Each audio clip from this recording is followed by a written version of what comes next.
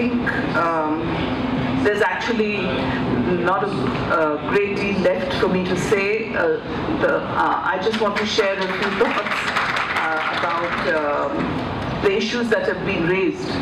I'm supposed to wrap up, but I think they've done a pretty good job of saying whatever they needed to say.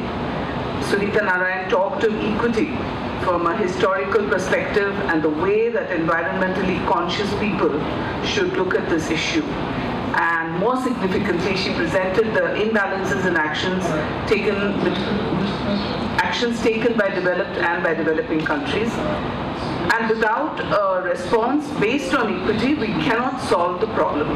So at the heart of the matter is the fact that equity lies in the way we look at the actions taken by developed nations, by developing nations, anchored in the principles of stock of emissions, of historic emissions, the need, the absolute need, this is what I'm saying, and of course, Jayanthi Natarajan said the same things in a different way.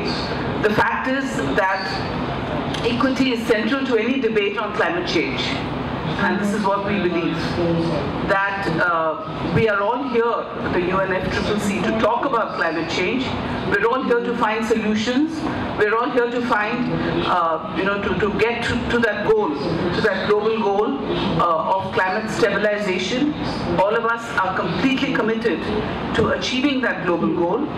But we must always remember, I always remember, that equity is central to the debate on climate change, because the kind of agreements that we have to enter into, the kind of concerns that we have to address, the kind of actions that we have to take are not just environmental imperatives, but extremely important social and developmental imperatives for countries, developing countries like India and so many other countries that are also developing countries. So our imperatives are absolutely clear, and our imperatives are anchored in the fact that equity has to be and should be and is absolutely central to the entire debate on climate change.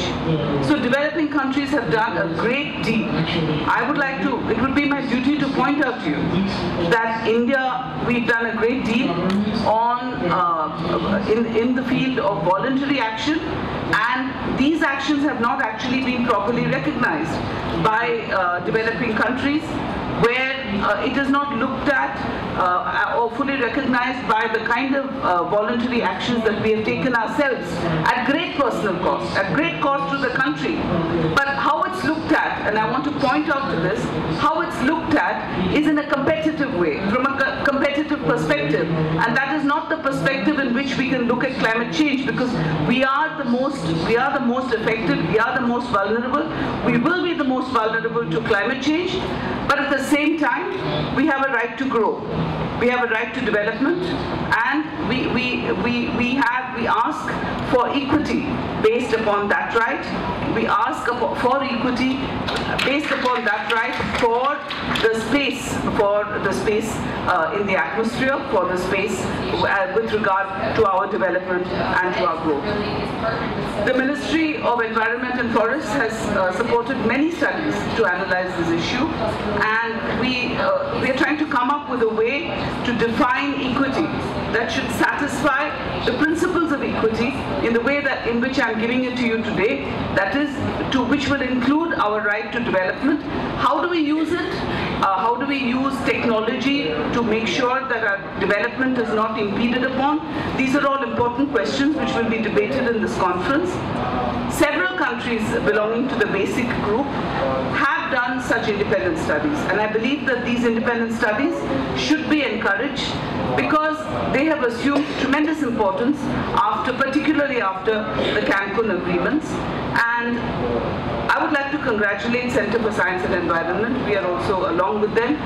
This event is one important initiative in trying to understand these issues of equity which impact much more severely upon developing countries than upon developed countries. And I would like to say categorically that we will keep working in this direction to articulate our concerns in the climate debate and to see that the architecture we create or promote is based upon a full recognition of these fundamental principles. So we're looking at a question, we're looking at an entire perspective of climate change based upon equity. I'm here at this conference to discuss a whole different range of issues, of important issues, of finance, of adaptation, of mitigation, of issues that are going to be discussed by all the parties. But I'm very happy to be at this side event, the first side event that I'm attending, because this is something that is very close to our heart, and I believe that this should be at the core of the debate, the issue of equity. And I'm really grateful to all our speakers who brought out such important issues. Mr. Chandrabhushan also raised important issues from a development perspective. Low carbon growth, it's an important challenge, and he demonstrated how India is meeting this challenge. And this is something that we would really like the world to know.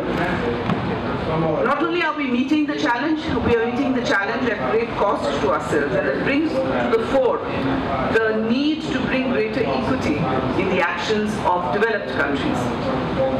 Professor Ambuj Sagar talked about adaptation challenge, and he highlighted very interesting ideas on climate liability and compensation. This issue is currently being debated in the negotiations as the issue of loss and damages as costs of adaptation. And these are important issues relating to the whole concept of equity.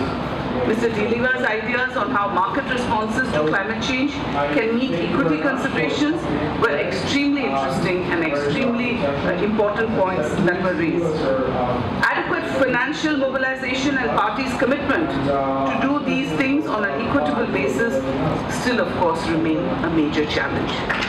So I would like to conclude by saying that, to repeat what I said in the beginning, that I'm here to tell you that, in my view, in our view, equity is something that is absolutely at the heart, the core, and absolutely central to the climate change debate.